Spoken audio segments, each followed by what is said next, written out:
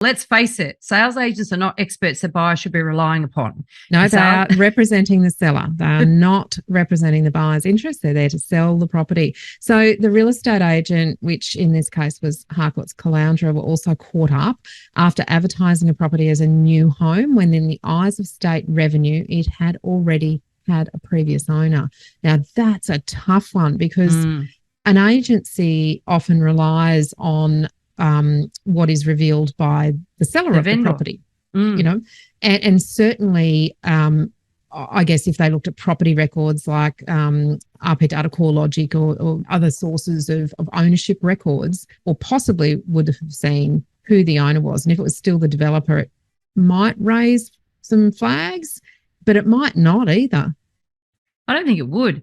I actually, you know, potentially it is a case of false advertising, and that might be, you know, where it ends up. And I could certainly see how, however, this could have been a really easy mistake to make. Yeah. Because what's the definition of brand new? And there might be a definition of brand new that works in one application, but from the Office of Fair Trading or the Office of State Revenue's definition of brand new could be completely different.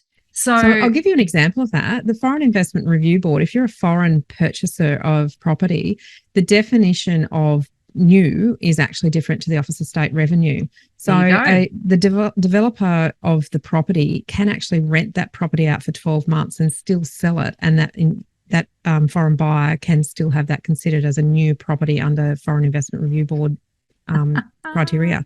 So that's two really, really different scenarios of what is considered brand new.